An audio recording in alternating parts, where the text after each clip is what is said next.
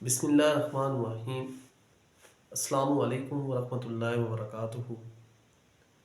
آج میں مولانا ابتسام علیہ زئی صاحب اور مولانا ہشام علیہ زئی صاحب سے اپیل کرتا ہوں، درخواست کرتا ہوں نہایتی ادب سے۔ سر، آپ مظلوم لوگوں کے لیے جس طریقے سے آواز اٹھاتے رہتے ہیں، میری سر آپ سے ریکویسٹ ہے کہ جس طریقے سے ہمارے ملک میں کچھ درندہ صفت لوگ موجود ہیں جو چھوٹے بچوں یا بچیوں کے ساتھ زیادتی کرتے ہیں، پھر باہر نکل آتے ہیں اور ان کو قتل بھی کر دیتے ہیں۔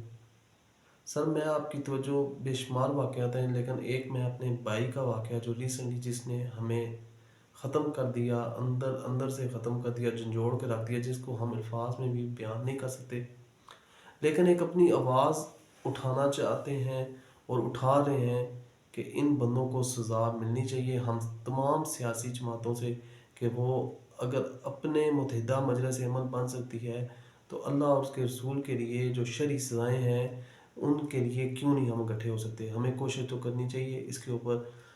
میری سر آپ سے ریکویسٹ یہ ہے کہ میں آپ کی توجہ گجران کے ایک دردناک حادثے کی طرف مبذول کرانا چاہتا ہوں، جو میرے بھائی کی بیٹی جس کی عمر 7 سال ہے، یہ گجران کی تاریخ کا بدترین قسم کا واقعہ ہے کہ 7 سال کی بچی جب چیز لینے کے لیے گئی رمضان کے مہینے میں اور آخری عشرے میں، وہ بچی چیز لینے کے لیے گئی تو کچھ درندہ صفت انسان نے اس کو اٹھا لیا، اس بچی کے ساتھ۔ وہ بچی ان کے گھر میں کھیلتی بھی تھی، وہ بچی ان کے گھر میں چلی گئی ادھر سے چیز لینے کے بعد، کچھ بندوں کے یہ آ رہے ہیں، تو وہ اس بندے نے وہاں سے اس بچی کے ساتھ زیادتی کی جس کو الفاظ میں بیان نہیں کر سکتے، اور پھر بچی کے ساتھ تشدد کر کے اس کو قتل کر دیا، اور پھر اس کے بعد اس بچی کو چھپانے کے لیے اس نے جسم کے ساتھ ہیوی ویٹس باندھ کے، پتھر وغیرہ ڈبوں میں ڈال کے اس کے ساتھ باندھ کے اس کو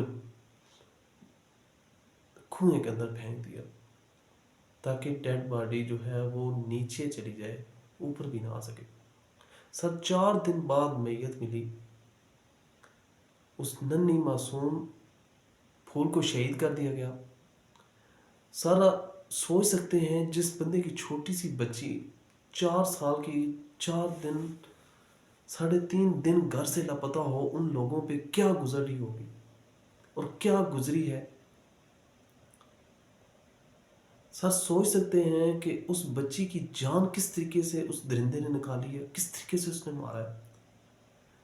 سر، میں نے ریکویسٹ یہ کرنی ہے کہ اس بچی کو ہم اپنی بچی سمجھ کر دیکھیں کہ اللہ نہ کرے یہ ہمارے بچوں کے ساتھ اس طریقے جو ہو جاتا تو ہم کیا کرتے، ہماری کیا کیفیت ہوتی۔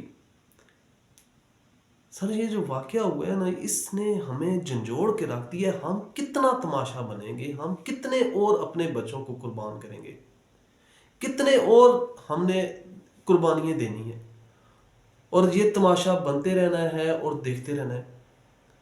کیا ہم لوگ اللہ اور اس کے رسول کے لیے اکٹھے نہیں ہو سکتے؟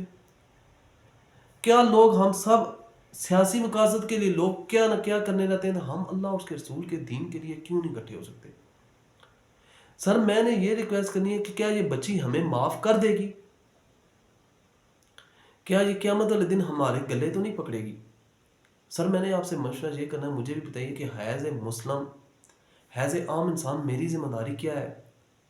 میں بس خالی جا کے ادھر دعا کر کے آ رہا ہوں کہ اللہ تعالیٰ آپ کو صبر دے؟ کیا ہم نے اسی طریقے سے صبر و تحمل سے بس دیکھتے رہنا، دعائیں کرتے رہنا اور اپنی بیٹیوں اور بچوں کو قربان کرتے رہنا؟ ہم نے کتنے قربان بچے کروانے ہیں؟ ہم کیوں نہیں انصاف دلا سکتے؟ چند لوگ ہمارے اوپر ایسے مسلط ہیں جو ہمیں انصاف نہیں کرنے دیتے۔ ہم اتنی بڑی کروڑوں کے حساب سے مذہبی تنظیموں کے نیچے ورکرز ہیں، ہمارا کیوں نہیں اتفاق ہو سکتا؟ ہم اللہ اور اس کے رسول کے لیے کیوں نہیں کام کر سکتے؟ سر، میں کہتا ہوں کہ یہ اس بچی کو اپنی بچی سمجھ کر ہمارے ساتھ کھڑا ہو جائے، گجران حادثے کے اوپر ہمیں انصاف دلایا جائے، ہمارے شانہ بشانہ کھڑا ہو جائے،